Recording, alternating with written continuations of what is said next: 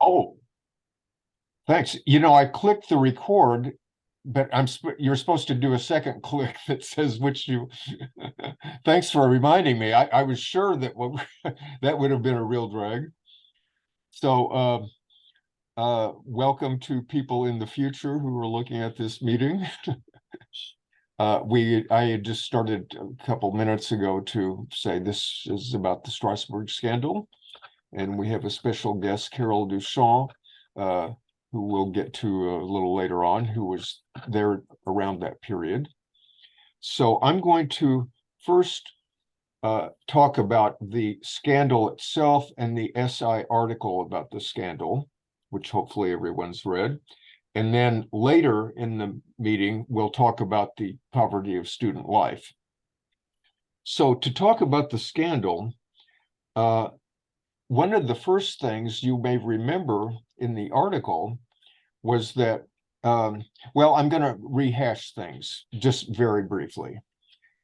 In 1966, around the summer, there were a few students at the University of Strasbourg, which is in northeast France, used to be in Germany, who were kind of bohemian, you know, kind of doing somewhat similar things that we were doing here in the United States, partying and drugs and so on.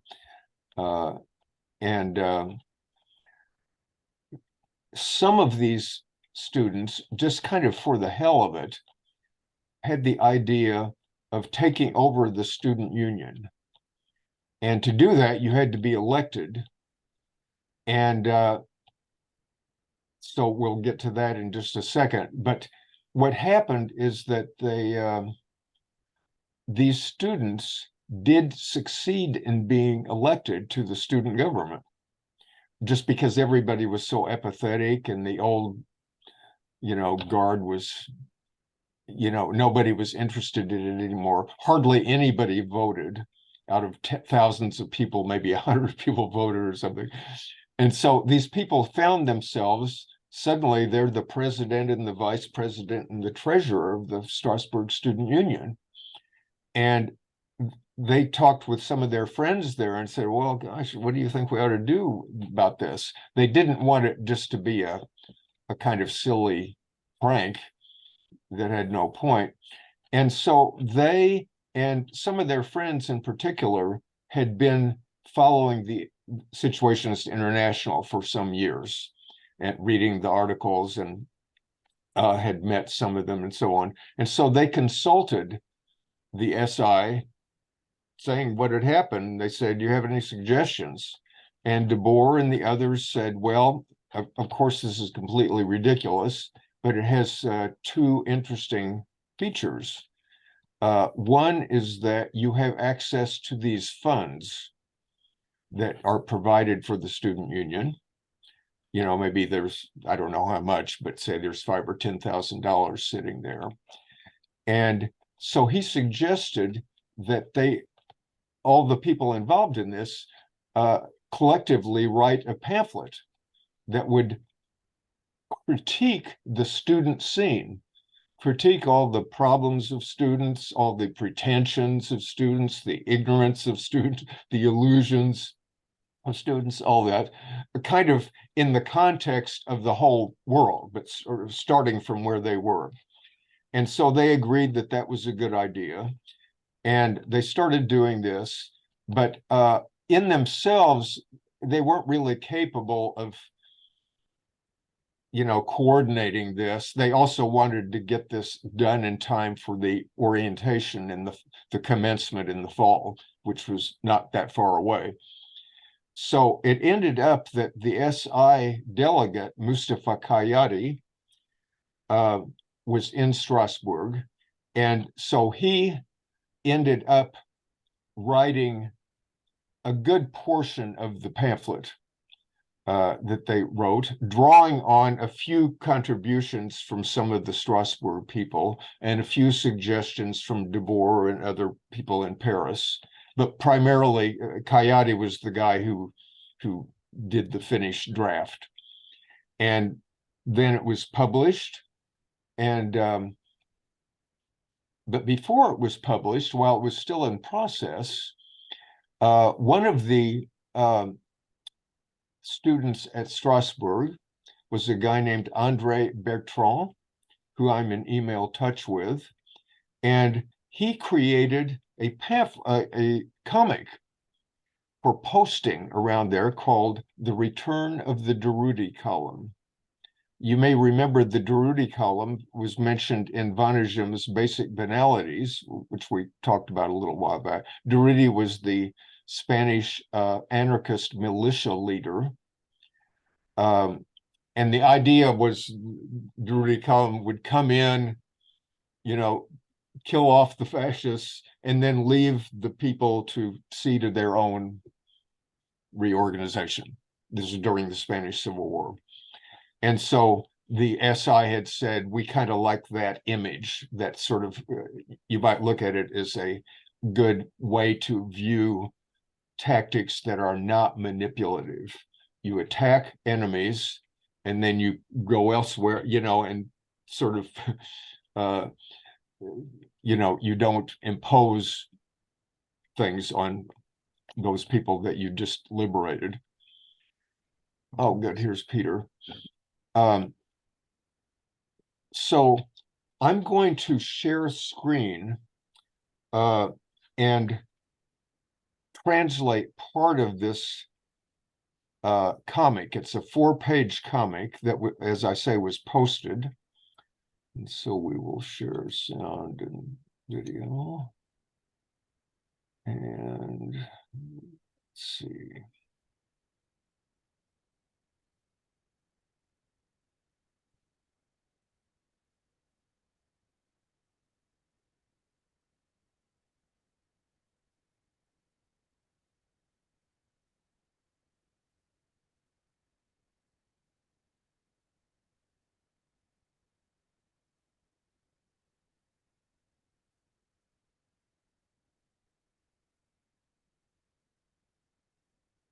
Okay, can you see this screen with the comic? No. Okay. So this is, okay, here we go. Now? Yes. Okay.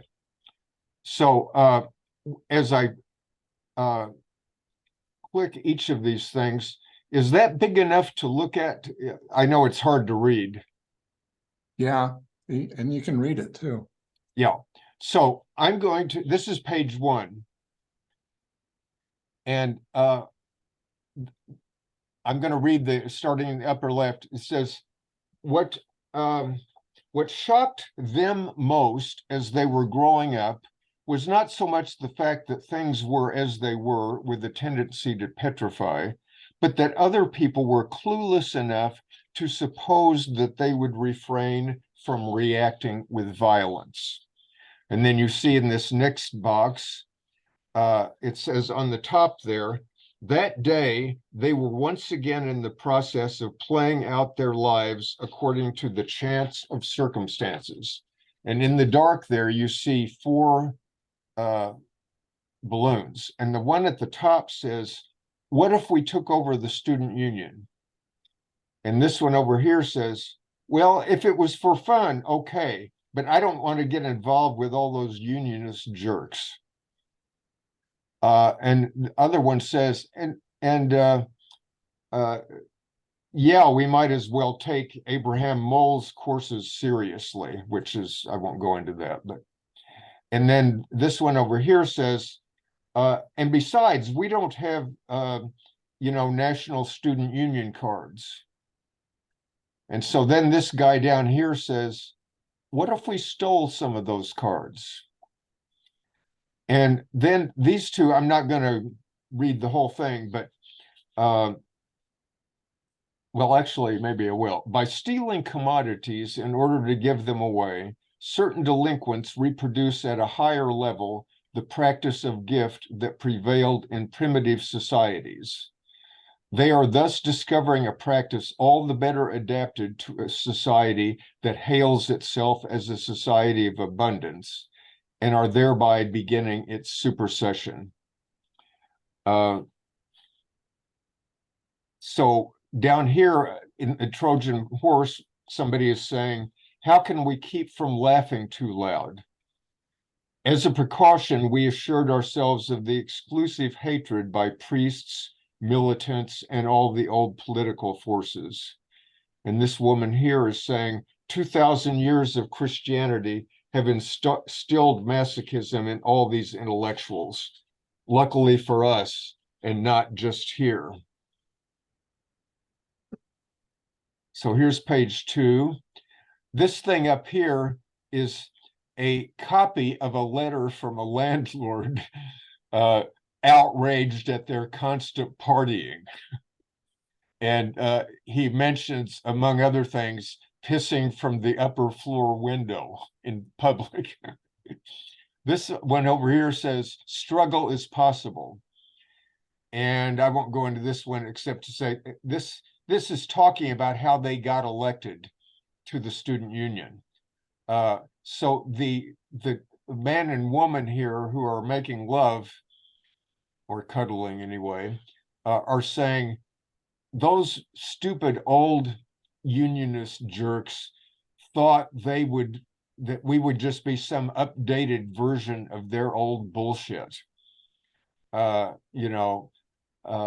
And here's a picture of Lenin with his arm extended so that he's feeling up the woman in the previous box. And he's saying, as for the revolutionary communist youth, as far as I'm concerned, they can go fuck themselves. And so here's a couple other things which I will skip. But anyway, you get the idea that these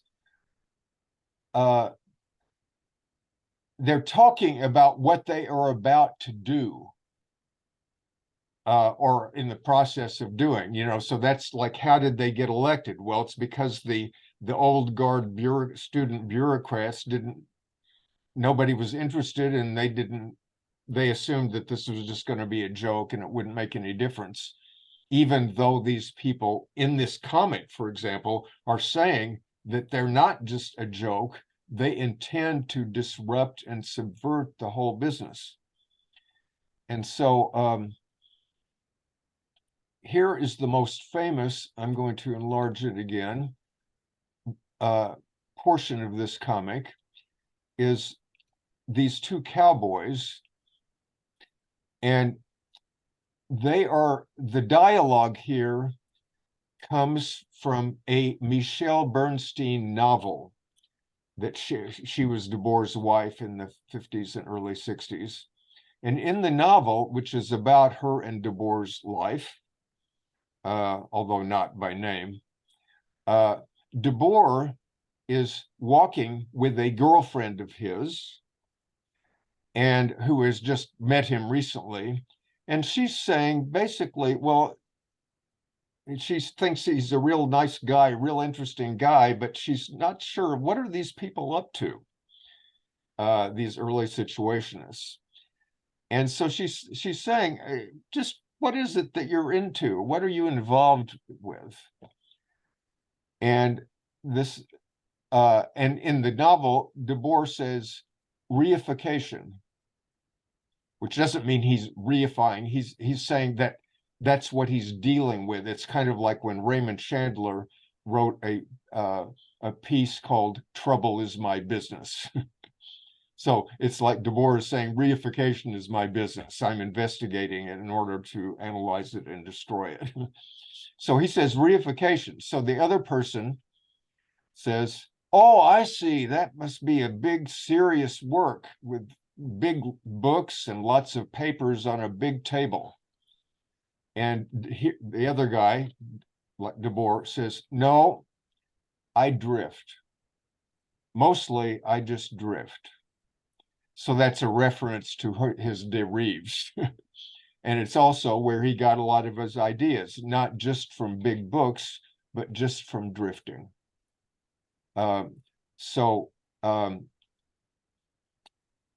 then I will move on to the last page of the comic.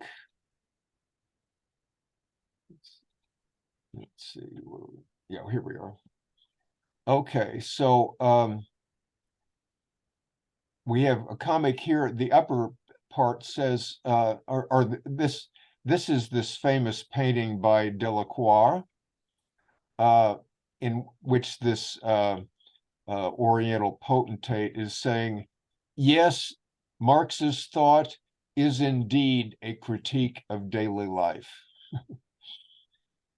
And then down here, the cartoon ends with, because it is this exclusive concentration on the real world which will produce a new life and new great persons with great character and great actions. And under here, it says, as a result of this victory, namely their victory in getting elected to the student government, you will soon be able to see, published by the Strasbourg Student Union, the most scandalous pamphlet of the century on the poverty of student life, blah, blah, blah, blah, blah, is a cardiogram of everyday reality that will enable you to choose your sides, for or against the current misery, for or against the power that takes your history and prevents you from living. And this down here means it's your turn to play. End of comic. So we will stop share. And let's see what's in the chat here. Okay. So that after that comic was posted, which more or less said what was going to happen, anybody who knows how to read, you know, they're saying it. So the commencement, or whatever, you know, the opening of the fall semester at Strasbourg happens in early November. And it's a very formal affair, much more formal than we have in the United States. You know, it's like everybody's dressed in their official academic gowns, and you know, there's visiting, the mayor of the city is there, and you know, all the head professors and the president of the university and blah, blah, blah. And you know, lots of the students, or at least the students who would be in the student government and so on. And when they go into this big auditorium, they find on each seat is this little pamphlet. And I'm going to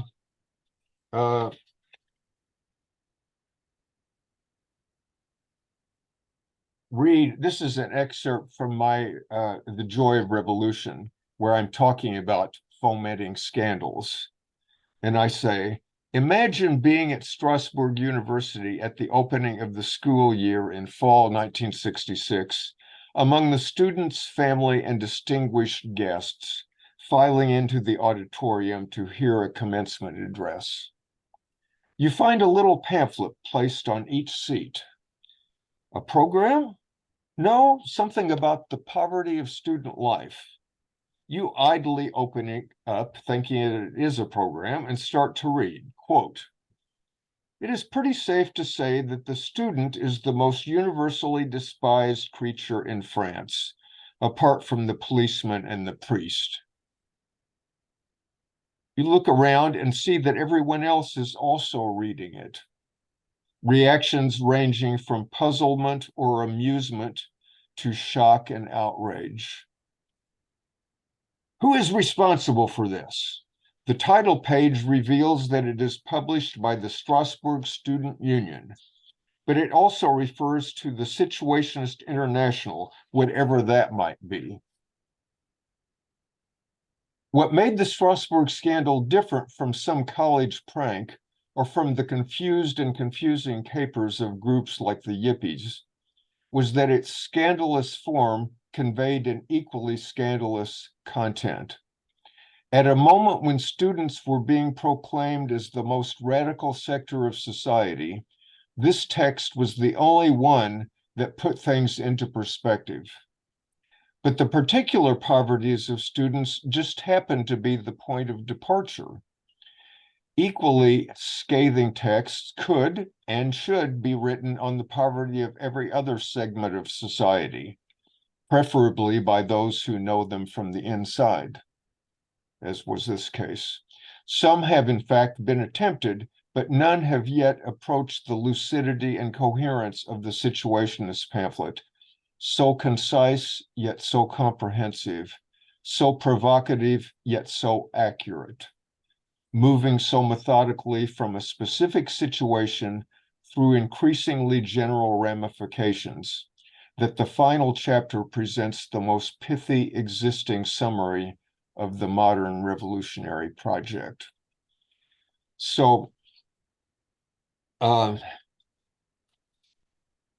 finally, I'm going to read one of the reactions to after the pamphlet was distributed. It, of course, got in the newspapers. People were saying, who is this? Who are these people? Wait a minute, these people aren't supposed to be in control of these funds or this thing. So the Strasbourg University took the student government to court on the grounds that it wasn't a legitimate student government. And so when that was in December of 66, and the judge there came out with this decision, quote, "The accused have never denied the charge of misappropriating the funds of the Strasbourg Student Union. Indeed, they openly admit to having made the union pay some 5,000 francs for the printing of 10,000 pamphlets, not to mention the cost of other literature inspired by the, quote, Situationist International, unquote. These publications express aims and ideas which, to put it mildly, have nothing to do with the purposes of a student union. One need only read what the accused have written for it to be obvious that these 5 students, scarcely more than adolescents, lacking any experience of real life, their minds confused by ill-digested philosophical, social, political, and economic theories, and bored by the drab monotony of their everyday life, have the pathetic arrogance to make sweeping denunciations of their fellow students, their professors, God, religion, the clergy, and the governments and political and social systems of the entire world. Rejecting all morality and legal restraint, these cynics do not shrink from advocating theft, the destruction of scholarship, the abolition of work, total subversion, and a permanent worldwide proletarian revolution with, quote, unrestrained pleasure, unquote, as its only goal. Signed, Judge Debord, Strasbourg District Court, December 13, 1966. So at this point, I'm going to open it up for conversation. And as I mentioned before, we also have the special guest, Carol Duchamp, who was in the Strasbourg, not during the actual scandal, but 3 years leading up to the scandal. So she knew most of these people. So we'll also be interested in hearing what she has to say. But first of all, just any questions or comments that any of you have. You can raise your digital hand or write something in the chat.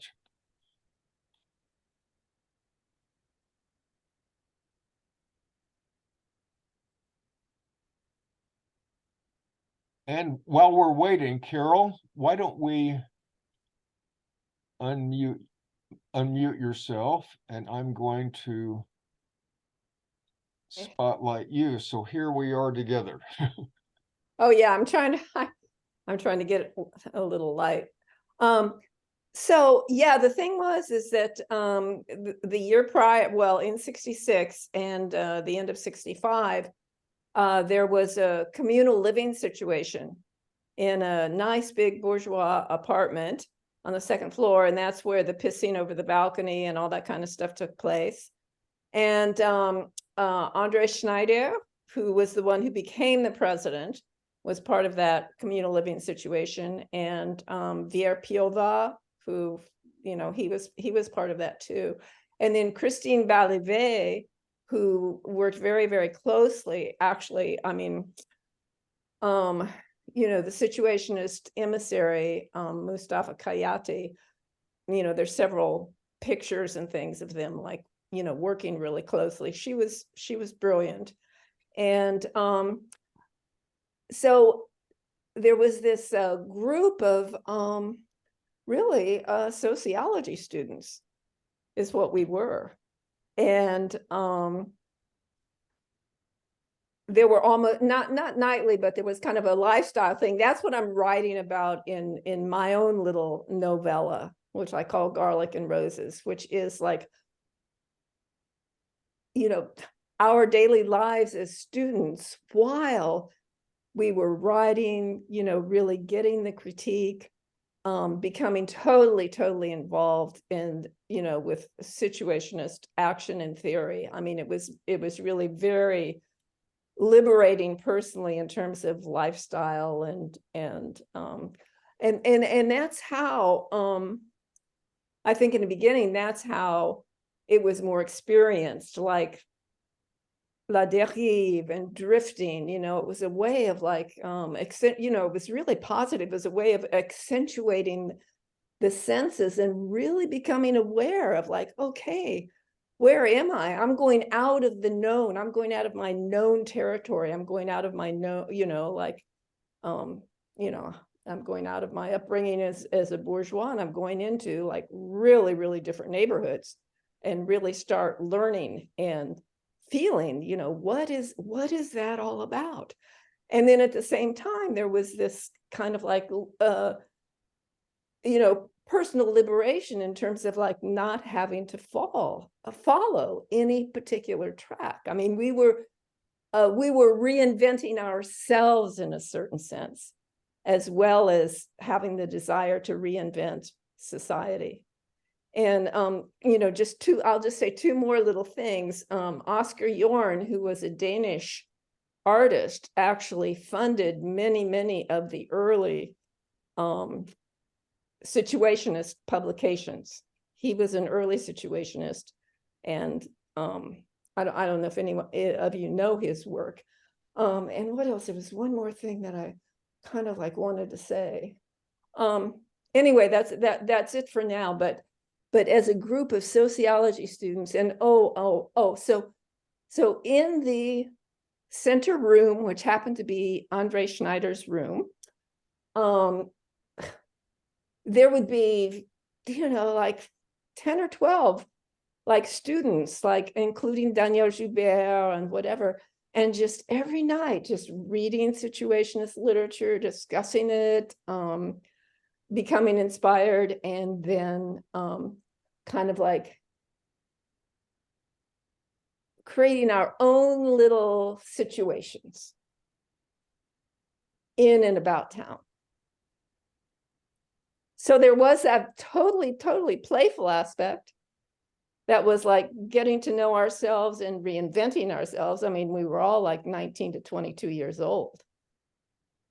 And but the critique, the situationist critique at the time was just like, you know, it was so broad and so right on. And so for this band of sociology students, it was like, whoa, wow, somebody's getting it right.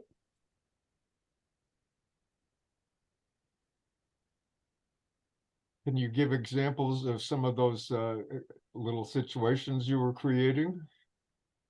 I mean, they were actually ridiculous. Well, like it was drifting through, you know, there was a a really impoverished neighborhood right next to the university. I mean, and so, like taking kind of like nightly forays, and by the way, I don't think there were no drugs at that particular time. There was a lot of drinking of red wine, and there was a lot of smoking of Gaulois cigarettes, but I don't think anybody, at least to my knowledge, No. from being there. I mean, one absolutely silly, it was just like, just really silly things like on the street with local people, like, like say, like at a bus stop or something like that, just doing something completely out of the ordinary and getting people out of their fixed normal ways of just viewing and, just being inside themselves. And, so even though this was not it was way more than a prank, as you say, there was like let's have fun. Yeah. Let's have fun. And I wanted to say now, for some reason, I thought that that de Gaulle, actually, General de Gaulle, the Président de Gaulle, that he was the speaker at that commencement. That was the impression I got, but when I was rereading the book, I thought they would have mentioned that, and it was never mentioned. So I think the error that I made is that in the British edition, that of 10 days that shook the university is what they. Here is I was just glancing through it. Here is the introduction that the British Situationists wrote. And I'm just gonna, it goes through like, so it said, worst of all, they enlisted the notorious Situationists International and ran off 10,000 copies of a lengthy pamphlet which poured shit on student life and loves and a few other things. When this was handed out at the official ceremony marking the beginning of the academic year, only de Gaulle was unaffected. So I think that's where I got the idea that he was the speaker, but maybe they're talking about the whole country. Yeah, I'll have to find out. I'll find out. I'm just thinking if it was actually de Gaulle, I don't know why the two Andres would not have mentioned it. I mean, that would be a little. It sounded like it was just big wigs of the university or something. If de Gaulle had been there, there would have been, bodyguards and who knows what all. It would be worth finding out. But I also I actually stick that quote into my fictionalized version of what right. was I think you may have the done judge. Like in my original Joy of Revolution, I had with de Gaulle speaking there, and I'm not sure if that's the case. If you could ask Tony, I will, or ask Andre Bertrand. Yeah, because I know Tony was there, like putting the pamphlet. Yeah, just ask them if it was de Gaulle. Yeah, but yeah. I have a suspicion that maybe it wasn't, because okay, maybe not. Said so. Yeah, but that's what I But always. it makes a much better story if it was. Oh. Okay. We will come back to you. In fact, I'm going to leave you spotlighted because I think people will want to ask you questions as well as me. Judy, you unmute yourself. Yeah, I was curious because the timeline, when I was 17, I went to San Francisco. I moved over to San Francisco to go to San Francisco State. And the hippie movement was just starting, 65, 66, I guess. Anyway, when the hippies first started, before the drugs bogged them down, it was very idealistic and people were against working all the time. They thought that was terrible. You should be free to do your art and experiment.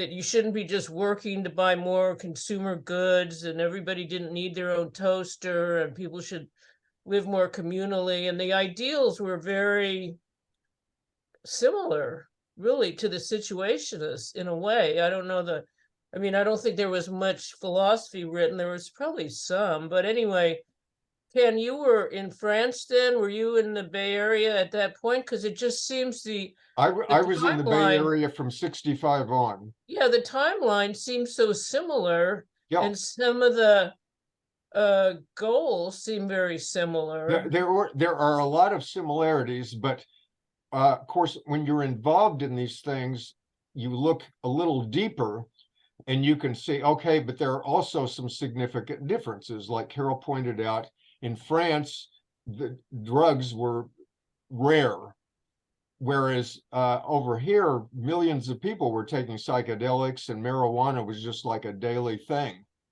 So that makes some difference. And here, by contrast to Europe, the intellectual level was, let's say, without comparing them, say it was different. Like if you're in Europe and you're reading sociology and stuff, you're reading Marx and Hegel and stuff like this. Exactly. You know, in the United States, you might be reading those things at some places, but the sort of default thing would be much blander, you know, much more conventional and less intellectually challenging kind of thing. You know, it would be more like, American way of life, you know, democracy, blah, blah, blah, or something. Whereas people in Europe tended to be more experienced because they've been through things like fascism and Stalinism and 2 world wars and all kinds of other stuff, whereas America was largely spared by those things. So by European standards, the Americans were more naive. So for better or worse. But the parallels, I mean, these things are going on at the same time, and they very soon merged. I mean, 5 years later, the hippie things are going to France, and some of the French kind of things are coming to the US. Any other questions? Carol, do you have any comments on that? Well, I'll just say that we had a Marxist professor in the sociology department, Henri Lefebvre, who wrote a book, The Critique of Everyday Life, a critique of modernism. I mean, he was also absolutely brilliant, and we all went to all of his classes all of the time.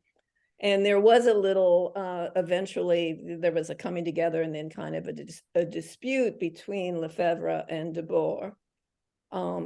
You know, like later on down the line. But they were good friends for a while. For a while, yes, exactly. And so what I was just going to say was, I mean, I don't like to use the word brutal, but the Situationist critique was brutal. I mean, it was not, you know, it just went straight in to the heart of the matter. I mean, and you know, I'm not saying that it was destructive, but it was just like, you know, in terms of you know, critical theory and that kind of thing. I mean, their minds, the level of the critique and the level also of the writing of, you know, as you say, the intellectual capacity was pretty high. It always also reminded me like a twist of a knife. When I first read Vanagem, it was like, God, this isn't just like somebody screaming a slogan. It's like, twist. You know, it's like going for the innards. And Right, going for the innards of you hardly even know consumerism, for you've been example. hit, you know. Yeah, going for the innards of consumerism. That was one, you know, they saw it all way back then. You know. Greg, you can unmute yourself. Yes. Hello. Yeah. Can you hear me? Just more specifically to the differences or in the 60s, how much were the beats known, talked about, or liked, disliked, Carol, in your They were circles? they were actually disliked. They were a little brutalized by the Situationists. That's my recall. Okay. Whereas, but however, some of us students, there was actually another American student there who was kind of like part of this whole coterie, and we had just gotten hold of Ferlinghetti's Coney Island of the Mind, and of course we loved it. But yeah, they weren't beat friendly. I mean, if I recall, even on the Poverty of Student Life, there are a couple lines about that. Okay. Thanks.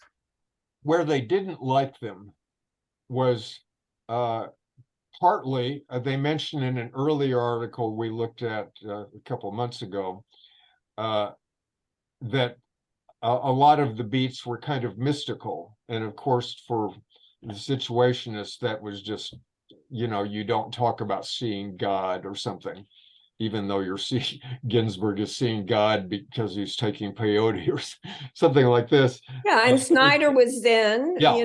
and Yeah. So that was one thing. And also, the beats were mostly, I mean, they're still in the mode of literature. They're right. I mean, admittedly, the literature is very lively, but it's still literature. Like Whitman, Ginsburg's kind of like Whitman, and so the Situationists were less, oriented around that kind of thing. Like, I think when, well, that's enough said. Ed Matthews, you can unmute yourself.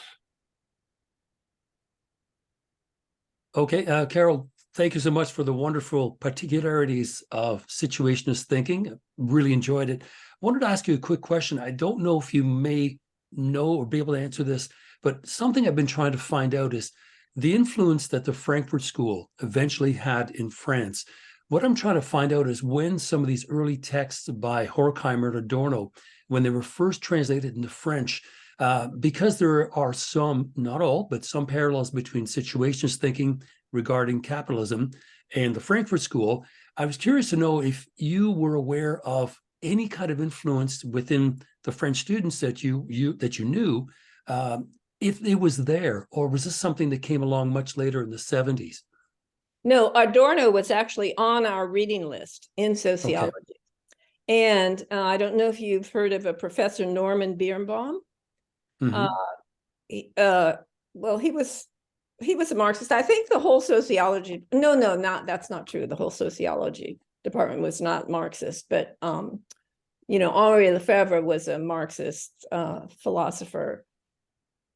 And so Norman Birnbaum had been hired to teach at the University of Strasbourg. He was teaching a class on American sociology, which was like completely empirical, whereas the study of sociology in France had to do with the study of culture, arts, language, like demographics. I mean, it was just broad. Sociology was like the music. We had class, music. This was part of our studies in sociology. It was more like the whole person, the whole society, the whole person, whereas American sociology was just empirical, just had to do with data. Mm-hmm. But it also had to do with mass culture. So Birnbaum brought a whole incredible course into the French University there. He was part of the Frankfurt School. That's what I'm trying to get to. Okay. He was part of the Frankfurt School.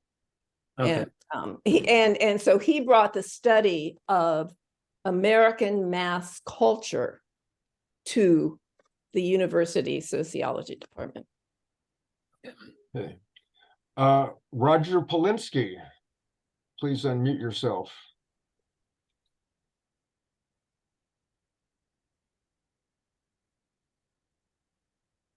There you go. Again, I appreciate you facilitating this conversation. Someone just, I had mentioned in the chat that the Beat Generation was referred to as the right wing of the youth revolt. by the SI, and I'm pretty sure that was in the Sound and the Fury text right at the beginning of the anthology. I could be mistaken on that, though. 99% sure it's in one of the earlier ones, though. Well, it's actually in Student Poverty is where it's referred to as the right wing, but it is criticized in the very first article in the very first review, called Sound and the Fury, where that's where they criticize them as being, mystical, like going for the putrid corpse of God, or that stink of religion.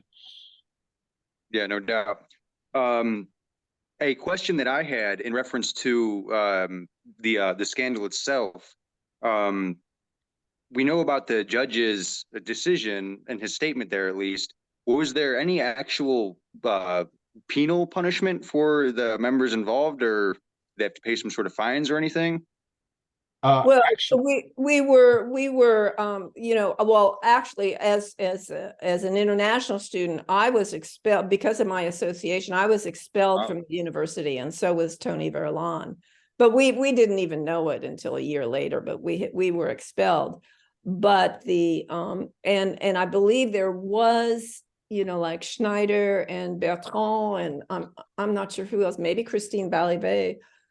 I think there was a threat that they would be expelled or whatever, but, this was France, and whatever, they were good students, and I don't know.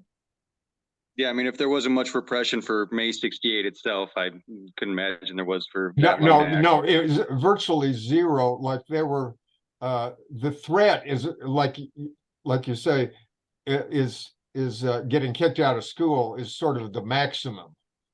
Right. Yeah. There was no threat like you've stolen funds or something, because as the situation has pointed out, it was all completely legal. Yeah. So actually, even the legal thing,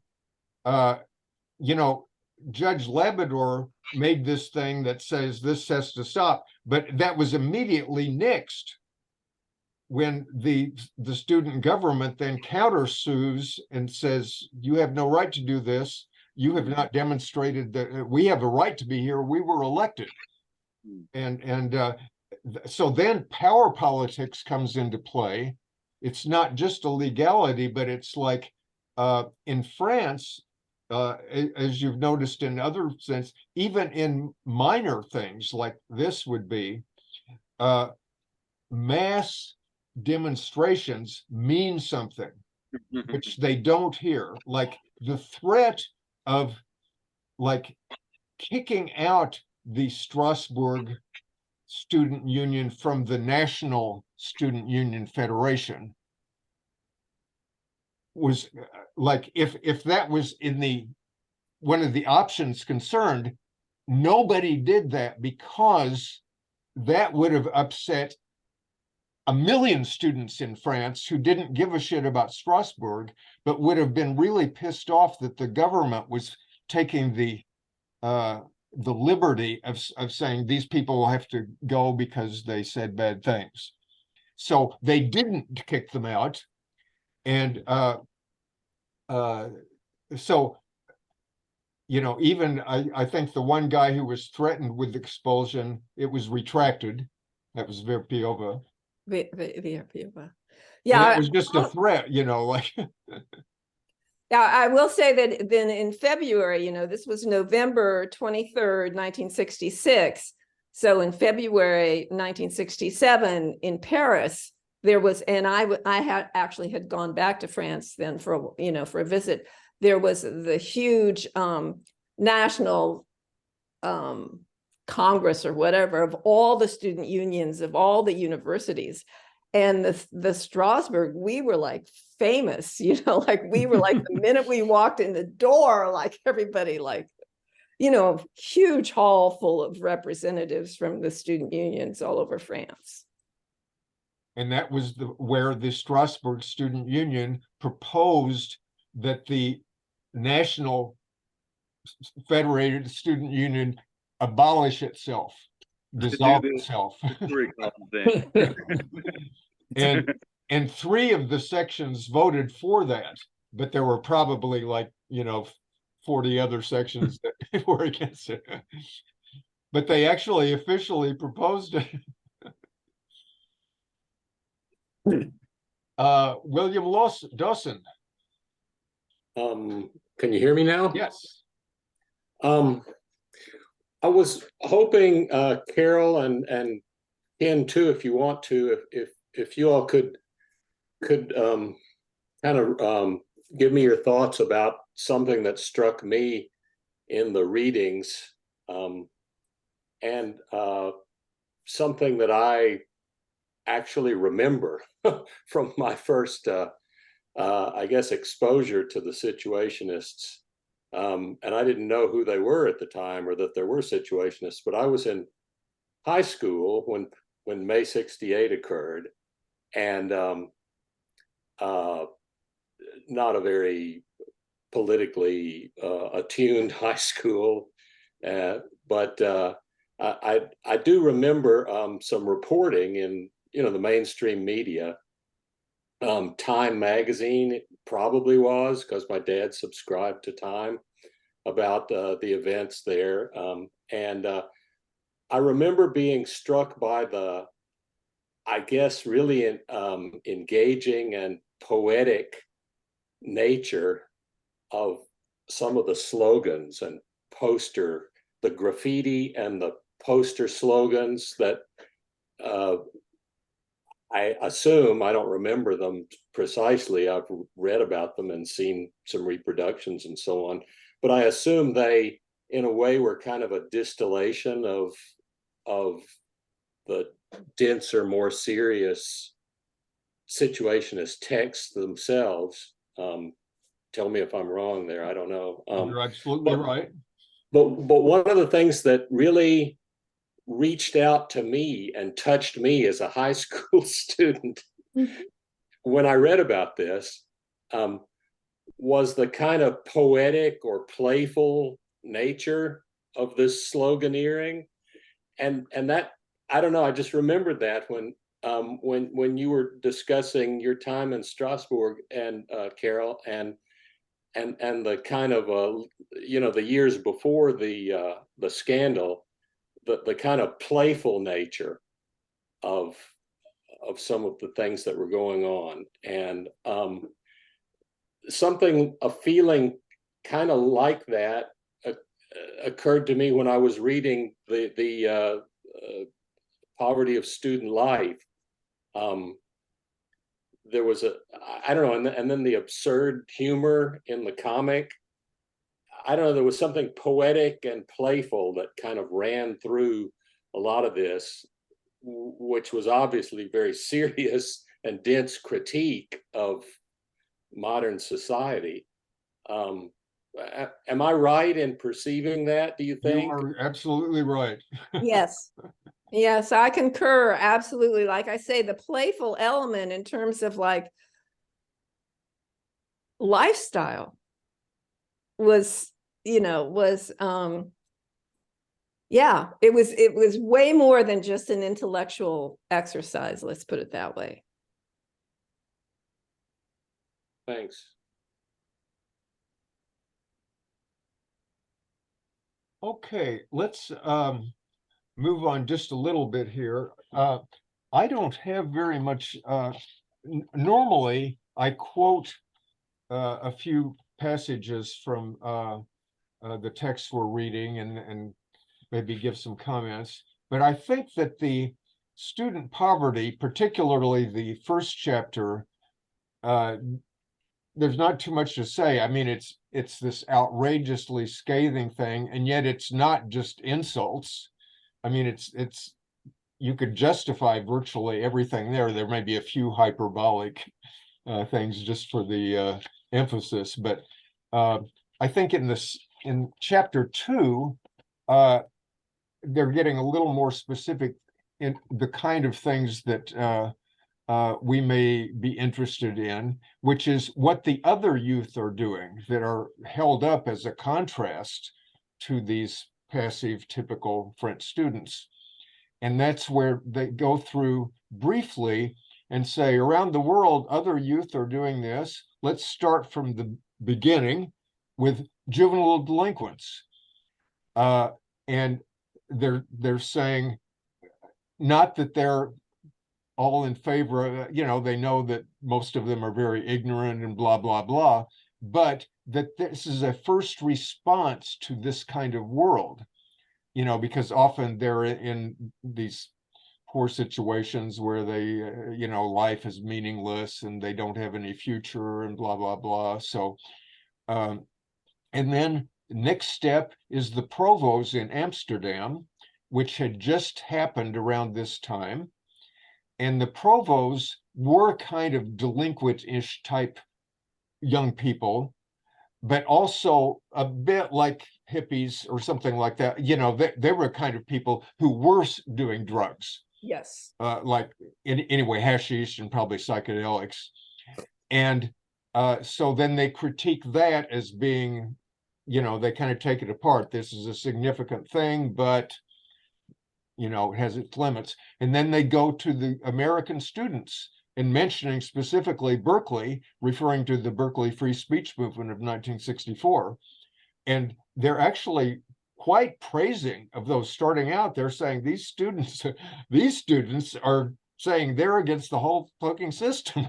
They were very explicit. If you read the famous Mario Savio quote about putting your shoulder against the wheels, to make the machine stop, it's the whole machine they're talking about, not just the super things. But they go on to criticize, the limits of the American thing, that these young, well-intentioned people are naive when it comes to the enemy of their enemies.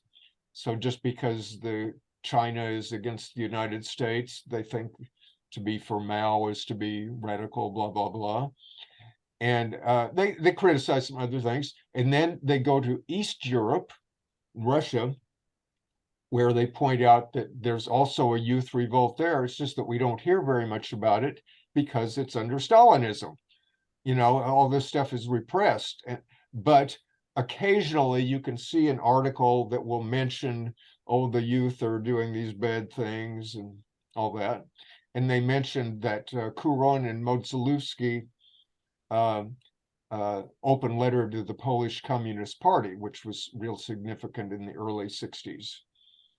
And then they mentioned the anti-bomb movement in England, but also its limits. And then they mentioned the Zengakuren student movement in Japan. And that's one thing that they are highly in favor of, even though they have some critiques of it too. So there is that. Maybe we could discuss that and then move on to the final chapter later. Does anybody have any comments or questions about the things I just went through?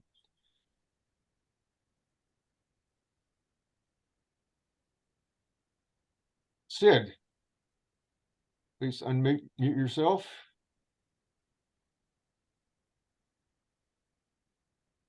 Yeah, thanks for pointing out all that part of the reading. I was really interested in it too, particularly when they talk about. I mean, it's really cool the way they kind of give these various sections or movements their props, and then say, okay, well, it just, yeah, but and it just goes. It doesn't go far enough, or it doesn't kind of do what we do, which is eventually bring it all around to a critique of what they seem to say over and over, the totality, which is to me, that's sort of the main word that, and then they define totality, et cetera. But one of the things that has been crossing my mind is the relationship of this and what we're doing now and like modern, current events. Like one of the things that was really cool, I thought, recently was did you all hear about the takeover of the Bay Bridge the other day by people who were protesting, asking for a ceasefire in Gaza? Did you all hear about that? Yeah, which I thought was, you know, and I can just hear the Situationists talking about them, you know, and saying, oh, well, that's pretty cool up to a certain point, but, you know, and it's direct action and it's against power. And it does, and it basically, you know, says, fuck you all. And people who threw their keys into the bay, you know, left their cars on, you know, and basically linked their arms together. I thought that was, but they're not, but it's a kind of a limited, I mean, it's a very important critique, but it's really pretty limited. Well, I would want to nuance that a little bit, like when a good action is taken, often you will see the Situationists say, fine. They're not always saying, oh, but they didn't critique the totality. That's sort of a misimpression. I know it's understandable to get that impression, but what they're like, when we'll see next time when we talk about the Vietnam War, for example, they talk about all the complicated things in Vietnam, but then they say, well, the most serious opposition to all this is in America, where people are really doing this. And they said this makes our French resistance to the Algerian War child's play. So they're giving a big praise to that. And that doesn't mean they're not saying, oh, but if only they'd gone for the totality. They're not saying that. They're saying, good. Okay. You know, they're holding that up as an example.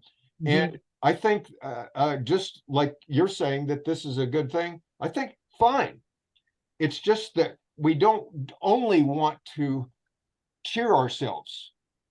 We want to look. So if the people on the bridge were doing something that was counterproductive or this or that, you know, it also bears looking into you so that the next time you can do it even better or something.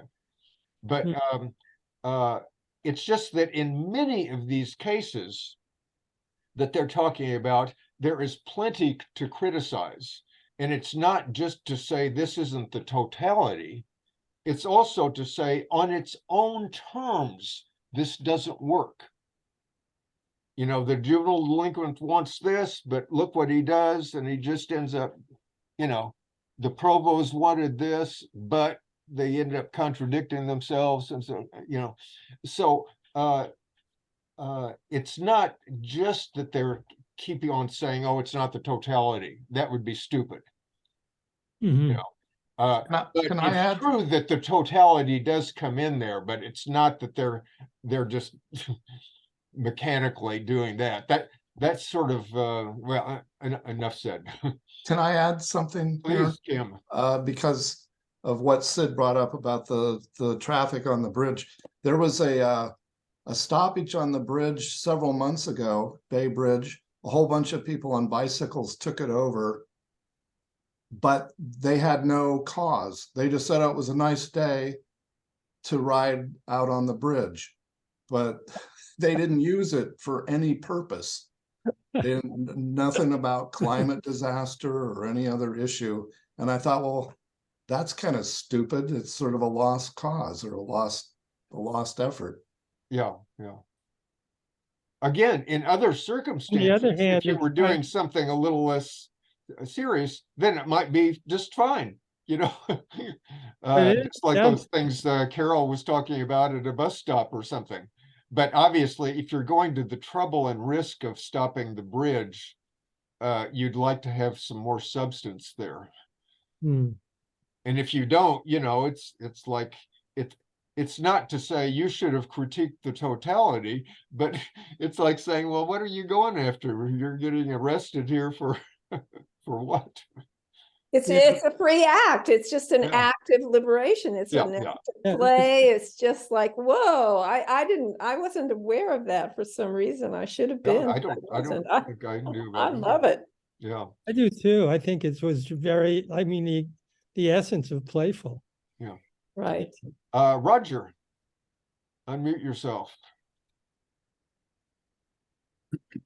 Yeah, so I said quick comment question, really, to make a connection with the actual paper talking about this scandal. The very last paragraph, they mention how revolutionary youth have no alternative but to join with the mass of workers, starting from their experience of the new conditions of exploitation. So that critique right there is the real movement to abolish the present state of things, I believe. And we're seeing so many people across all these different tendencies right now today making that exact same claim, that the revolutionary youth and the revolutionary proletariat are really the only chance for a future to actually be able to create human situations. So I just wanted to add that little tidbit to the conversation. Yeah, well, that was the breakthrough of 68, you know, in France. I mean, it was kind of like unheard of. The working class and the students, the working class and the students, and the whole, you know, the whole, I mean, one of the things that always intrigued me way back was workers' councils, you know, the Situationists, you know, the way they described and kind of like not promoted, but you know, as part of the change, like collectives, workers' councils, that, you know, that kind of thing. So anyway, in 68, that, I guess you'd call it sociological combination of students, you know, who are all from the bourgeoisie. I mean, I have to mention Annie Ernaux right now, who won the Pulitzer Prize for Literature in France. You know, she was working class. I mean, that's unheard of. That, I mean, because the class system in France was, not that it's not tight everywhere, but it's really pretty tight. So that was a huge breakthrough. Yeah. So then, yeah, the only other question I had, really, I want to hear other people's thoughts on, was at the very first paragraph of on the poverty of student life, there's a détournement of Marx, and I didn't realize until I was going back through the 1844 philosophic and economic manuscripts, and it was Mark talking about his theory of alienation, and the détournement was after, you know, the very end of the first paragraph, we're going to use this pamphlet to denounce them one by one, and then the détournement is, the suppression of alienation necessarily follows the same path as alienation. So when Marx said it, I had a hard time understanding, putting it in context. I feel like the Situationist use of it could potentially help put Marx's original quote into context. Exactly. So, hear anybody's thoughts on that? Yeah, I have, when I first discovered the Situationists, I was an anarchist at the time and had never read much Marx and had a prejudice against him. And because of the Situationists, I went back to look at Marx. And then, okay, that makes sense. And then because of Marx, I went back to look at Hegel, you know, which I never would have occurred to me to. So sometimes this sort of working backward can lead to interesting things, like because the Situationists used these things so well, you see what they mean, you know. And then you can go back and see what Marx meant, which And the Situation were brilliant in terms of dialectical thinking. I mean, there are just numerous. I used to just write down, you know, like the way they use language, the way they use dialectical thought, so that you could, you know, you could understand. Nothing was just linear. It was dialectical thinking. And just incidentally, the 3 chapters of student poverty are all 3 Marx quotes, the chapter titles. To make shame more shameful still by making it public. It's not enough that theory seeks its practice, practice must seek its theory, and to create at long last a situation that will go beyond the point of no return. All 3 are from early Marx. Bruce Ellen, please unmute yourself.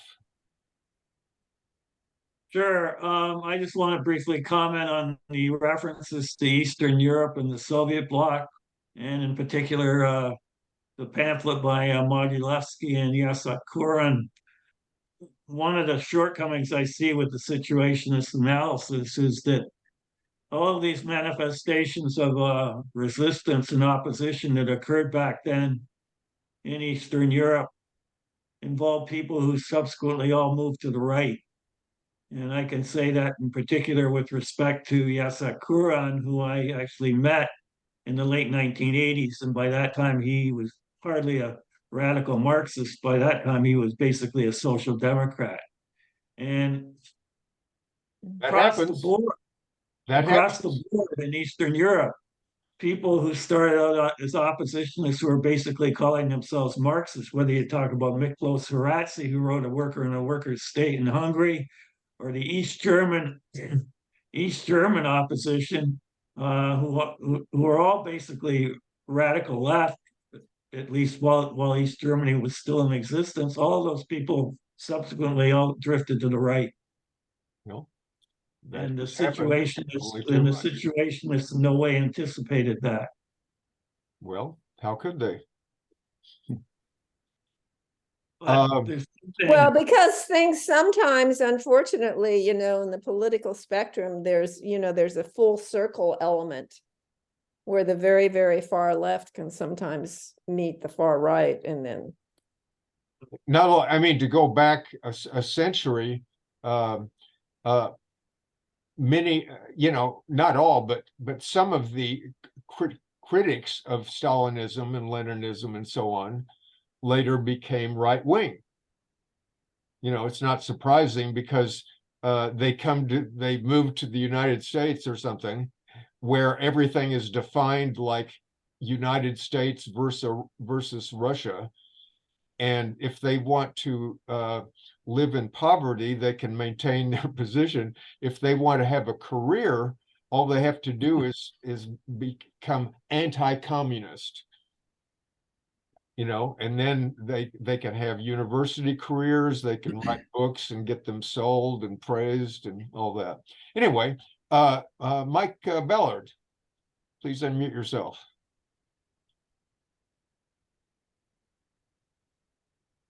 Hi, sorry, I'm a little slow. I just wanted to make a comment about the proletariat and the students. That when I was going to Michigan State University in 1968, 69, and that era, SDS had a lot of factions. And one of the factions was called the Worker Student Alliance. And unfortunately, dominated all too often by a Stalinist split from the CP called the Progressive Labor Party.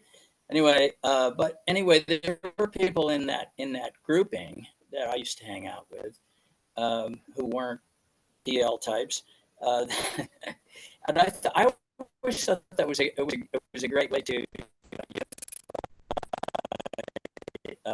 the movement, and then we attempted to organize a student union at Michigan State, and of course the PL types tried to take it over and everything. But anyway, it was just, I was just thinking, I would add that particular comment that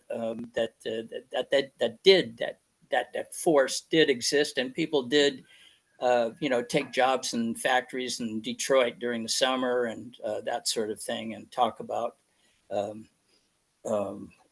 ideas about revolution.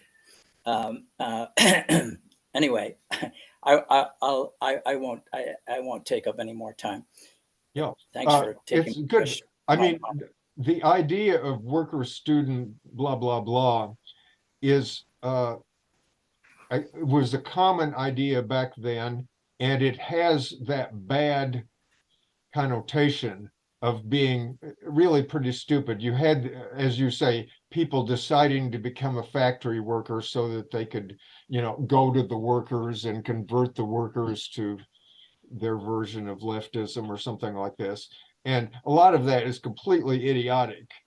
But you can compare that with what happened in France, where the students or young people, not just students, who started rebelling in Paris, ended up fighting for themselves so dramatically, like in street fights, as well as in how they organized themselves and all that, that they effectively, they drove away the policemen. I mean,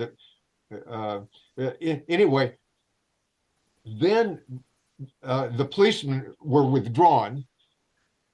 And then when they ended up occupying the Sorbonne and a lot of other places, then young workers, not all young, but particularly young workers, looked at that and said, hey, those dudes are cool. Look at what they've been doing, you know? So whereas they would normally have had that contempt that student poverty refers to, it's like say, oh, that's a college student, they're all dumb jerks, you know, they don't even know what's going on in the world, blah, blah, blah. Now they could look at those people who were occupying the Sorbonne and saying, wow, that's interesting. I want to go see what's happening. And so they would do that and then go back to their factories or workplaces or whatever and start spreading the word. And it wasn't the word, obviously, but there was all this talk about changing the society, and that including the talk that situationists were promoting about workers' councils and occupying things, all this. And so that spread to the workers without anybody going to the workers in that sort of silly missionary, pretentious notion. Because workers who had somebody coming with a message like that would have said, fuck you, get out of here. You know, what do you think you're doing? Whereas when they were doing stuff themselves, then the others say, hey, that's a good idea. Let's try. Why don't we try that? And so that's why, you know, it spread to 11 million workers in factories all over France in just a few weeks. You know, because it wasn't that people went to the workers, it was that the workers, it was contagious. So that's the kind of thing that you want, worker student, not something that's just sort of artificial that, you know, blah, blah, blah. Well, what I'm talking about is that at Michigan State University, which was mostly working class people, the U of M was with the bourgeois type or petty bourgeois mostly went there, but the type who would be in Worker Student Alliance, other than the PL types, who were dogmatists, obviously, they would have to have, like me, a summer job in order to make it at the university. That's point one. Point two is that we did, as students, I remember distinctly in 1967, no, it was late 67, that the administration building was taken over by students at Michigan State because, but by a few students who had friends who had been caught with planted or whatever marijuana on them, and they were occupying the administration building, and the cops came, and people around the campus all got word of it, and students just came to watch the cops beat up the stupid hippies, right? But when the students saw what actually happened, the buses came, and the cops had axe handles, and they marched those students out that had occupied the building, and they were hitting the students with the axe handles and then herding them onto these buses. They totally changed. They totally changed and revolted against the cops. And the cops started like they were completely scared, and the students started rocking the buses, and they just hated them. In fact, the whole thing. That's kind of what happened in a larger scope in France. Yeah, after the street fighting, people were all over France were disgusted with the police, and so that was why the police had to withdraw. Judy? Yeah. You can unmute yourself. Yeah, I don't want to start a big thing, but I got a comment on Sid. I think it was Sid who said that Bay Bridge protest was kind of in the Situationist vein, and I beg to disagree, because I think that the protesters were supporting a whole nother power entity. They Yeah, weren't. okay, that's a good point, but the Situationists, as we will see, and this is an important point, it's like if you're talking about the entity being Hamas or the Palestinian something, but actually, I want to postpone this till our next meeting. We will be talking about the Palestine-Israel war and the Vietnam War, and so we'll get to that. Ed Matthews. Yeah. You can hear me okay? Yeah. Okay, great.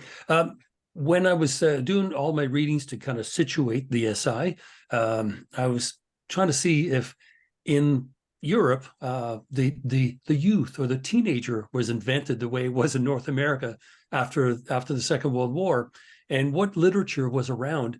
And I compare the poverty of student life to the very early piece that Isidore Issou had written back in 1950, the youth uprising. And on the surface, it appears to be a really good idea, because he basically says anyone that feels disconnected from society is a youth. But at the end of it, it is such a short-sighted goal that he tries to set up. And he basically writes about the trials and tribulations of being youth, having no control over your life, being at the mercy of the family, et cetera, et cetera. So his solution would be, as he says, okay, we need to reduce taxes, make seed money available to create new businesses, and eliminate the nationalization of companies and its accompanying parasitic bureaucracy. There's a solution to everything. The system stays intact, but we just have jobs. And so that's how far we've come in literally 15, 16 years from thinking this way, that we need to make some jobs, to no, we need to go and screw the entire system over, because it's not going to be working either. Whether or not I have a job, I'm still going to be alienated. I'm still going to be dissatisfied. So that comparison is remarkable from 1950 to 1965, 66, how much more, not only how much more concentrated that the critique is, but to Carol's point, really looking at society as a kind of totality, right? It isn't just we need jobs. It's no, the system's fucked, right? From the ground up, it needs to be rethought. So I was just wondering, again, not by way of commentary, but how remarkable it was that the youth really became more and more kind of a paradigm, right, through which to work out these ideas to more or less, good success. But remarkable where we started it back in 1950, saying we have a problem, but we just need some jobs. So I found it somewhat laughable in comparison to the SI text. Yeah. Thank you. Well, also, I was curious to know if there's any connection between SI and the Italian operaismo movement, where the worker under Antonio Negri, where the workers would just walk out of work, not because they were protesting for higher wages, but because they just said, we don't want to work. Yeah, there were huge situationist connections in Italy around 68, 69, when all those things were happening. And of course, there was an Italian section of the Situationist International that put out a really good journal, and it dealt extensively with those different worker movements. And then Sanguinetti, who was one of those people who was one of the people who remained close to Debord for many years, even after the SI was over, wrote his two books. I don't know if you're familiar with them. There was one book on terrorism that was called On Terrorism in the State, which basically points out that terrorism is usually reinforces the state, even though ostensibly it's trying to overthrow it. And there was a book called something on the last chance of to save capitalism in Italy, that was written pseudonymously by Sanguinetti. I was just Greg has a kind of a question comment in the chat. Okay. He says, teenagers, quote unquote, were invented by Madison Avenue in the 1950s. Do you know what they were called before that? I don't. I mean, adolescents, pre-adults. I mean, Oh, you know, he's actually, before then, it's probably the case that they didn't have as much significance because the economy worked a little different. They developed a kind of significance when they became a big market. You know, like maybe in 1910 or something, there weren't teenagers that had money to spend. You know, they were working, most of them, or else they were going to college without in most cases, without the kind of things we think of as youth revolts.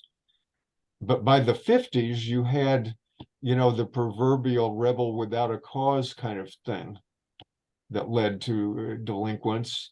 And you had the more wealthy ones, you know, would be able to buy records or motorcycles or clothes or, you know, exactly the things they talk about in student poverty. He adds after that chat, another chat just says labor. That's, I guess, what they were called, labor. Is that right, Greg? They were young labor. Yeah, he's beginning laborers. doing thumbs up. Okay, we're getting near the end. I'll just mention the last chapter, which, as I mentioned, personally, I think the last chapter is the closest thing we have to a 20th century communist manifesto. You know, it's like in a place of about 9 or 10 pages, you know, you have a condensed version of Society of the Spectacle and of the history of radical things since the French Revolution, all that, you know, just incredibly concentrated, you know, and yet readable. It's not something you can just zip right through, but the fact that it's included in this, like they could have just kept with the first 2 chapters, and it would have been very interesting. It would be to say, well, here's what young people are doing in France, not much. Here's what young people are doing around the world, more interesting. But it might have been sort of vague, like, where is all this leading? You're criticizing these things because they're not going far enough or self-contradictory. What are you talking about? Well, okay, we're going to now step back and look at the last 2 centuries.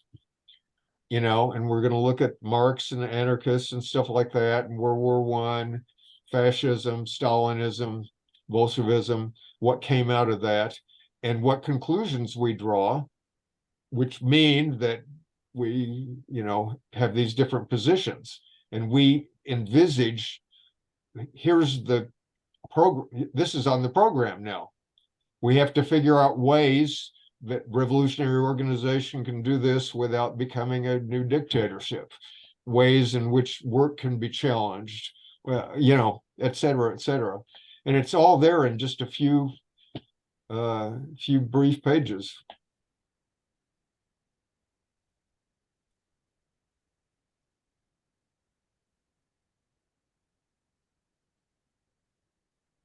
And Roger says, makes sense. Spectacle commodity wasn't developed enough for that role to be invented to create a stereotype to be manipulated through mass media marketing. Excellent condensation there. Youth plus leisure time equals advertising, says Ed.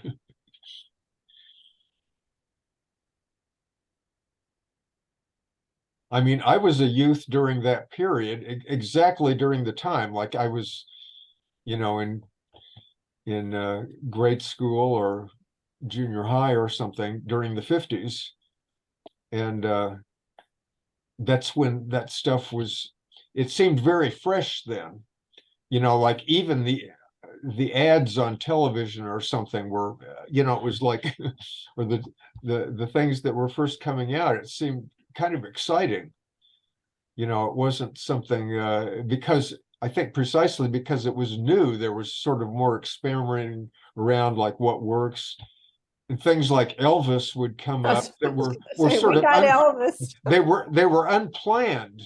You know, it wasn't like somebody sat down. Nobody would have had any dream that somebody like that would have driven millions of people, hundreds of millions of people insane. You know, they would have thought, well, this, I don't like that, or oh, he's kind of that's kind of catchy or something, you know, but nobody sat down and planned that. But given how you know, the DJs worked and the radio was starting to get like where everybody had radio and there was TV, so you could have him go on the Ed Sullivan show, and just like the Beatles did a few years later. And so the situation was then primed for something like that. And it was all a very mixed bag because in one regard, it was kind of silly. And in other regards, it was sort of authentically expressing, you know, people's dissatisfactions and, you know, just maybe in the sense that punk or something later on, you know, people kind of got into the music that expressed something very depressing, but they were happy about the music. You know, it kind of made them feel like they were part of something, even if what they were part of was just being alienated in an ugly world. Ed Stress, unmute yourself. Hi there. Well, I was born in 1941, actually on this day. Today's my 82nd birthday. Happy birthday, Ed. That wasn't meant as a plug, but anyway. And I remember when it came in, and you know, when it first started, because the culture had already established itself, or it was established by the advertising industry more precisely. And then teenagers. Well, that's an interesting thing. What do they think of next? You know, here comes teenagers, because it was still like a little bit funny. The Bobby Soxers were still thought of as a little bit outre. You know, they were like show the women showing their legs and their knees, the Bobby Soxers. So I don't know. I asked my mom if she was what is that thing with the clothes around your head? Well, hey, Ed, we don't have much time here, so. Okay, I'll hurry up. They did the Charleston and everything. Yeah, but what's your question? Anyway, she said no. We had long hair. It was more like art stuff. I don't know. It's just that watching that happen, it seemed like an artificial thing, like a thing that would pass. Like the definition of a teenager was just like an ephemeral. Yeah, which it did. Okay, Judy? Oh, hold on. Oh, We can hear you. I was just thinking that maybe the music is something that we had to make our society tolerable. Yeah. People would go to their room after school, you know, and play these records that their parents couldn't stand, or saying, what are they thinking?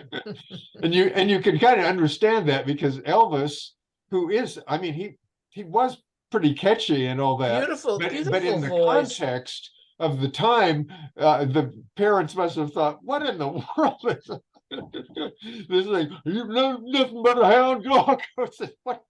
What's that? Well, it was black music. Yeah, essentially, That was the thing. yeah, that was That was the another thing. element in there.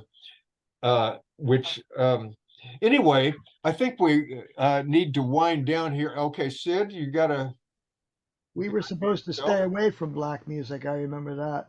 I'd have it on the radio and they'd say, don't turn that junk on. Oh, okay.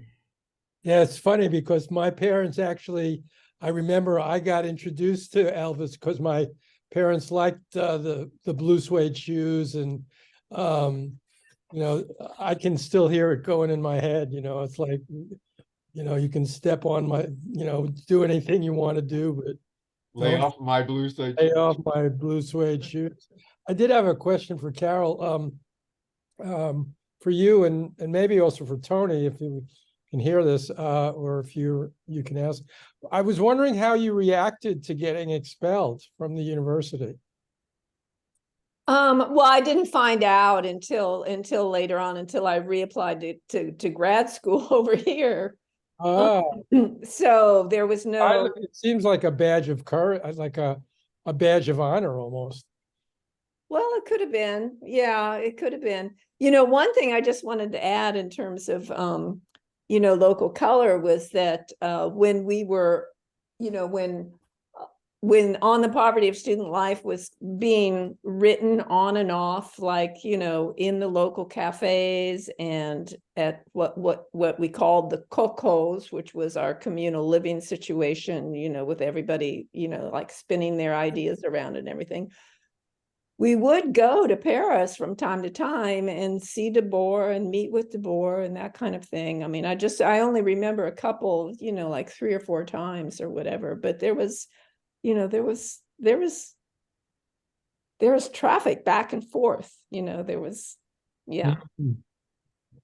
Fun and fun communication. And I also wanted to mention once again about the poetics. I don't remember who the gentleman was who, you know, brought up the, but for me as a student, having been there, and I think also for, you know, for many of the others, you know, the way we first started absorbing, and still, even though the critique is absolutely magnificent, the critique of society by the Situationists, there was something, it had something to do with life, with lifestyle, with freeing up just and lifestyle and self-discovery on a much broader scale than anyone had imagined before. No. Yeah, and speaking about American sociology, I had my friends who introduced me to the Situationists by giving me the first thing I ever received was the treatise on living for the use of the young generation. Right, savoir vivre pour la jeune génération. Right. I remember reading the first paragraph, like Ken said, he got a knife, and I remember reading the first paragraph. It was like, bam! It was like my head blew up. It was like, whoa! You know, like the way in many cases the situation where somebody says, you know, it's like they're saying stuff that you're actually thinking, but you don't even know you're thinking it, right? Which I think that is what's really brilliant about it, and what's, you know, as you say, Carol. Yeah, and the poetics, the use of language and the poetics. I mean, that, you know, poetry has to do also with a certain form of freedom and a much, you know, you're not going to be narrow-minded, you know, like the poetics is going to, like, you know, embrace the whole, if you even want to call that, embrace the totality, embrace the whole. The whole. Yeah, without it being like a specialization. Right. Yeah. Yeah. Any other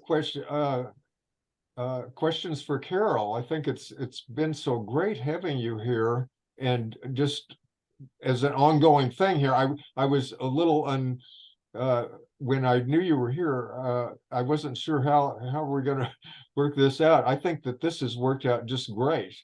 You know, that you're sort of on hand here to just come in instead of just giving us, you know, a talk or something like this, because I think we really get more of a flavor of what was going on. I'd like to ask you just like maybe you could talk about the book that you are virtually done with, how that relates to this, and yeah, I'm just in the final editing process. It's very short. It's a novella. I call it Garlic and Roses. But what it is meant to do is to describe the flavor of our lived lives as these kind of discussions were going on. There is a lot of sloganeering. You will, in the book, I do have, like various slogans. I have descriptions of, they're actually imaginary visits with Debord, but, but I've, they used, the Situationists used to gather at the Café Moineau, which is at the top of the Rue Mouffetard. If any of you have read Hemingway's Movable Feast or whatever, or even Waiting for Godot, supposedly Place Contre Scarpe. So I recreate all of these kind of like lived experiences, even though, some of them come from my own personal sense memories. But yeah, so that was my goal, was to give the reader the opportunity to step into actually being there. well, do you have a publisher yet, or you're looking? I don't have a publisher yet. No, originally I was just going to self-publish, but yeah, and it's also a romance. I mean, yeah, it's a romance at the same time. Okay, well, there's various possibilities about that. So, but I look forward to seeing it for sure, whatever form it may take, or forms. Yes. Yeah, thank you. I'm happy for any readers, anyone who's Oh, you'll get some readers. I'm yeah. Bruce, did you have Yeah, I just had a question for Carol. Maybe you can't answer it, maybe you can. Do you have any opinion or any insights as to the extent to which Daniel Cohn-Bendit was influenced by the Situationists? I do not have any factual information. That no, I don't. Not even an I could impression? probably find out for you. oh well, I do know. Oh, you do? Yeah, for sure. That, I mean, he and his brother wrote this book about May 68 called Obsolete Communism or something like that. And in the book, he says we were inspired by the Strasbourg Scandal and by that pamphlet. I mean, it's but the SI article on May 68 called Beginning of an Era, which we'll be reading in another month, critiques that book by saying it didn't mention the Enragés, which was this Situationist inspired group that actually triggered May 68. So Les Enragés. As opposed to Daniel Cohn-Bendit's March 22nd movement, which was kind of an imitation of the Enragés. But definitely Cohn-Bendit and his friends read the Situationists. They read Society, the Spectacle, and the Revolution of Everyday Life by Banerjee, and the Journal, for sure. I mean, I know even these authors of this book, who are friends of Carol's, Andre Bertrand and Andre Schneider, themselves had a lot of contacts with Cohn-Bendit. And so they would talk with him about Debord, or talk with Debord about Cohn-Bendit, or whatever. There was a bunch of interchange there. There's a lot of interchange. Does Mason did you have a copy of the book? You were holding a book up. Can't really see it. let's see. What's the title? Let's see. Obsolete Communism, the Left-Wing Alternative. Yeah, that's the Cohn-Bendit brothers book about May 68, which is definitely worth reading. But when you read the Situationist thing, you'll see that it could have been a lot better. But that was a breakthrough. I read that when I was an anarchist, and that's actually where I heard about the Situationists, was from that book. I said, well, there's this anarchist guy, Daniel Cohn-Bendit, and he was the sort of the Mario Savio of May 68. So I'm reading that carefully, and he says, there was this little group called the Situationists, and we were very influenced by it. So of course, I and my friends, who are these Situationists they're talking about? And then we look in some Berkeley stores and find a couple Situationist pamphlets, including On the Poverty of Student Life and Vanagim's Basic Banalities, which was called Totality for Kids back then. So anyway, our next meeting will be 2 weeks from now. And it will be, I'll be sending you it out, but it'll just basically be number 11 of the journal. And it will have articles about Maoist China, the so-called Cultural Revolution, tearing that apart as it richly deserves. And an article called Two Local Wars, which is about Vietnam and the Arab-Israel Six-Day War in 1967. And a number of other things, but we'll probably focus a lot on the two local wars thing because of its current relevance. Anyway, I think you'll find that interesting. And then I won't go into after that, but I hope to see you 2 weeks from now. Any final remarks or questions? Carol, thank you once again so much. I'm delighted that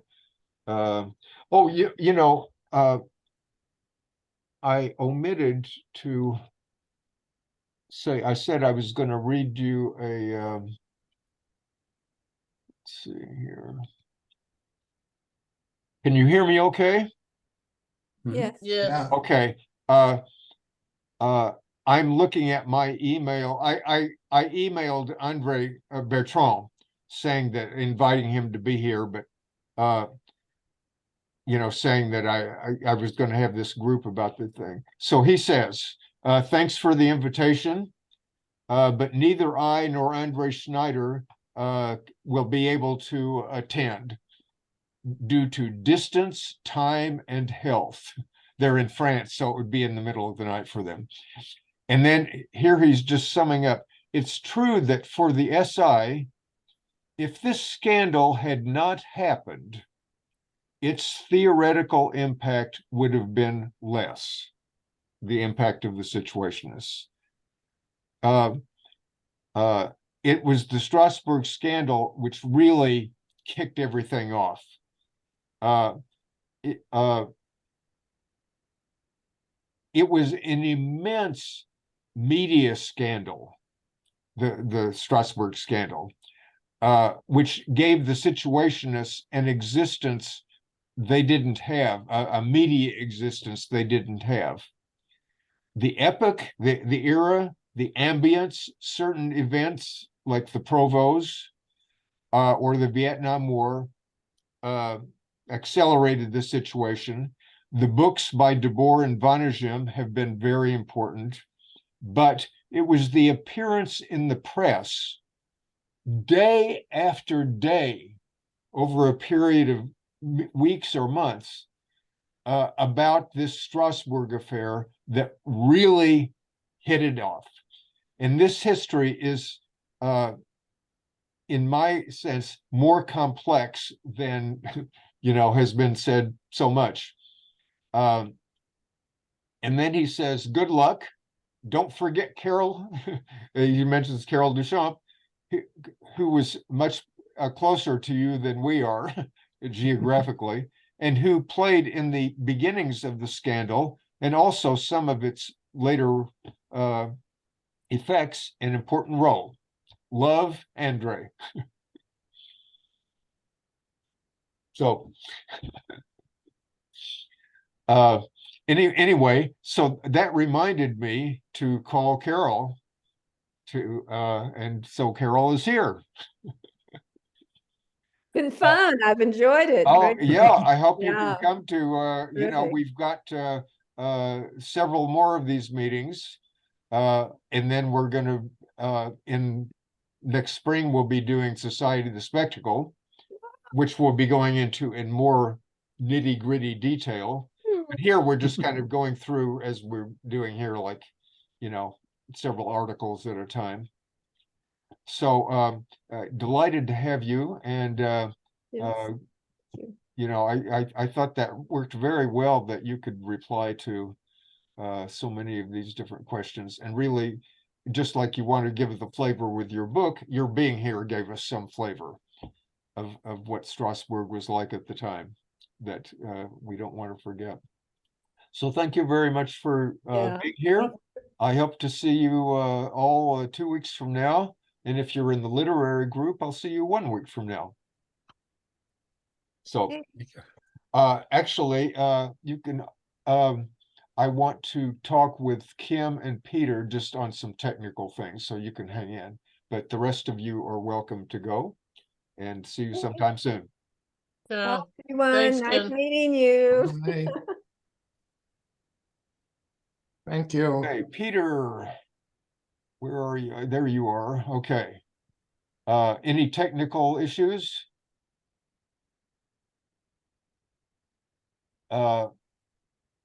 You can, ask to unmute. Oh. Yeah, if you can unmute yourself. There you go. Here we go. It seemed to go pretty Got your wife smooth. from the airport, okay?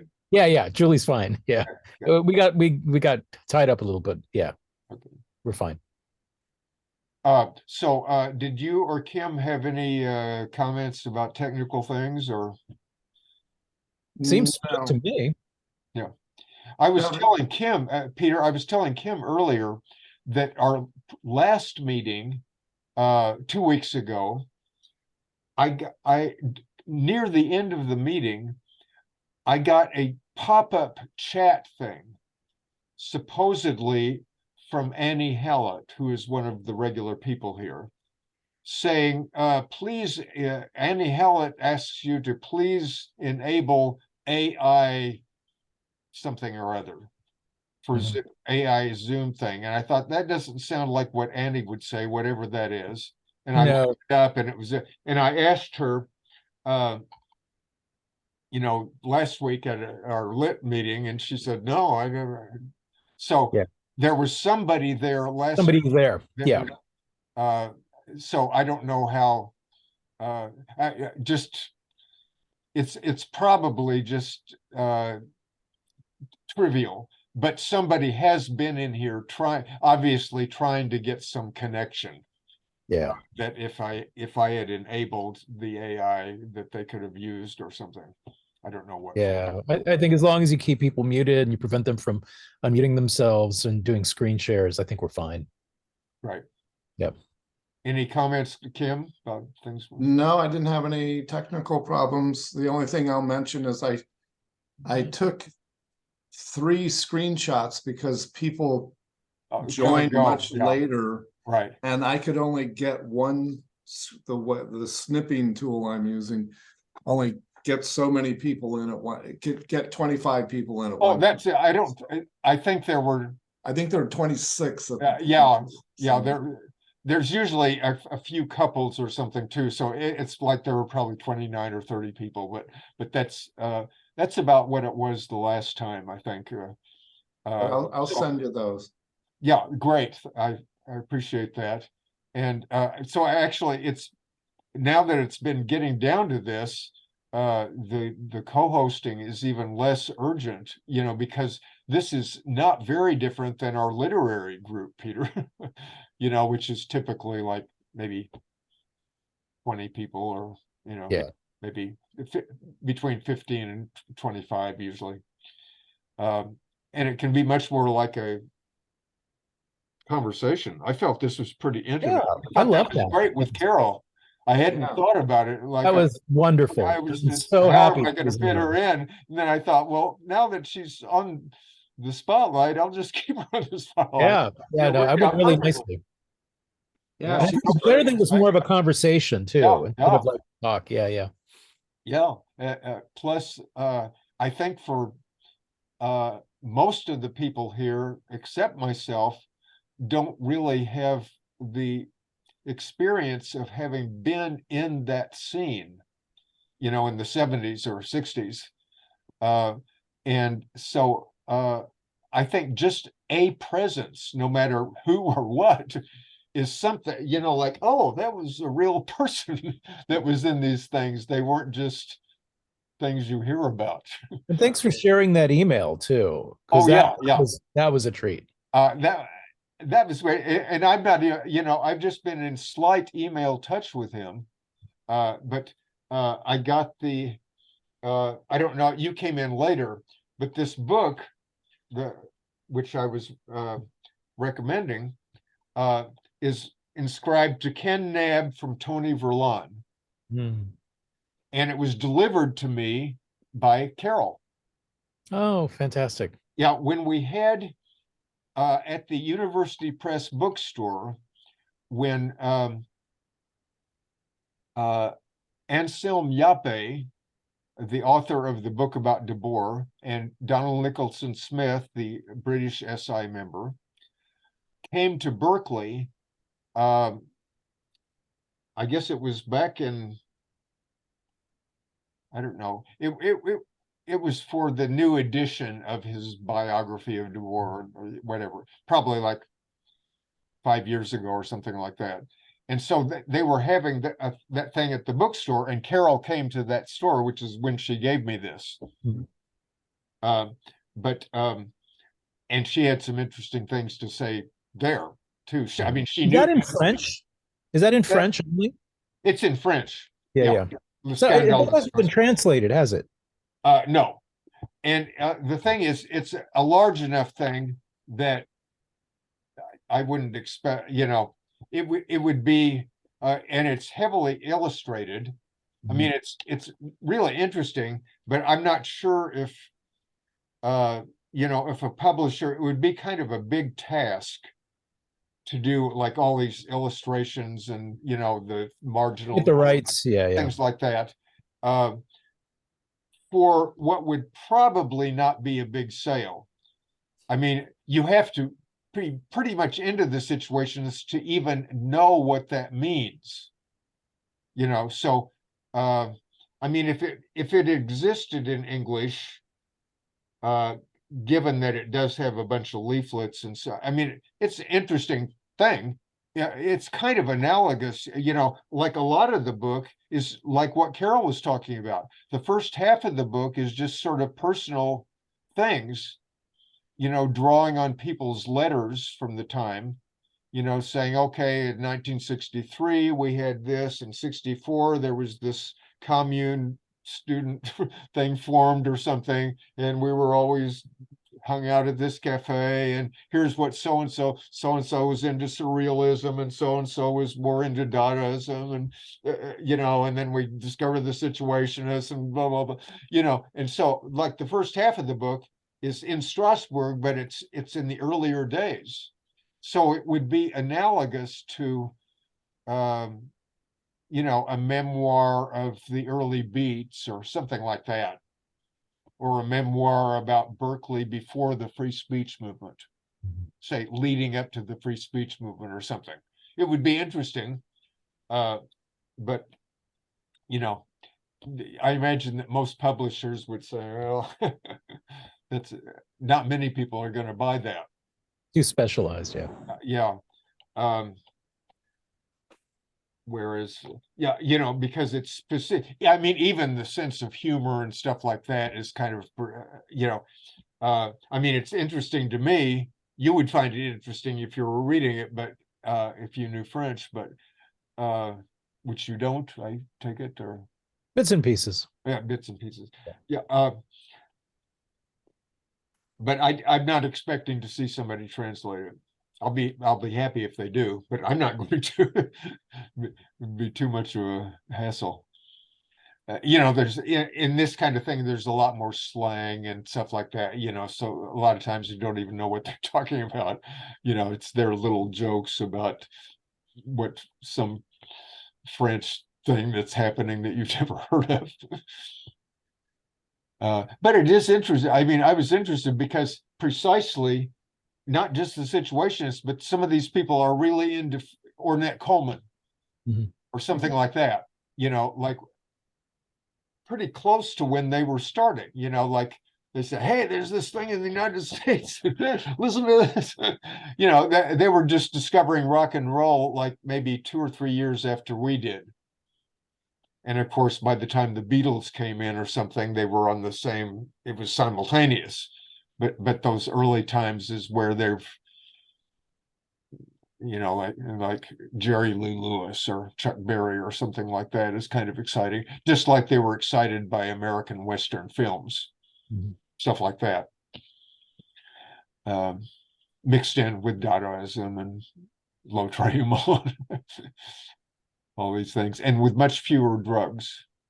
At least at that point, as she points out. I think later on marijuana started getting around, but not so much before then. Anyway, thank you guys so much. Yeah. Sure, a pleasure. So thank yeah, you. we'll definitely see you in a couple of weeks. And And I'm keeping you on the lit list in case you ever. Thank you so much. Yes.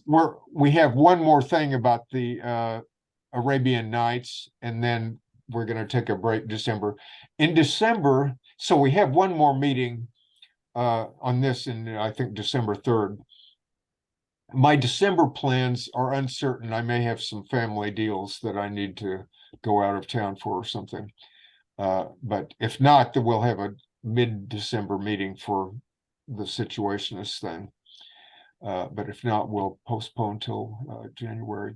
So Kim, I'll see you definitely next week. Sinbad. And hope to see you whenever.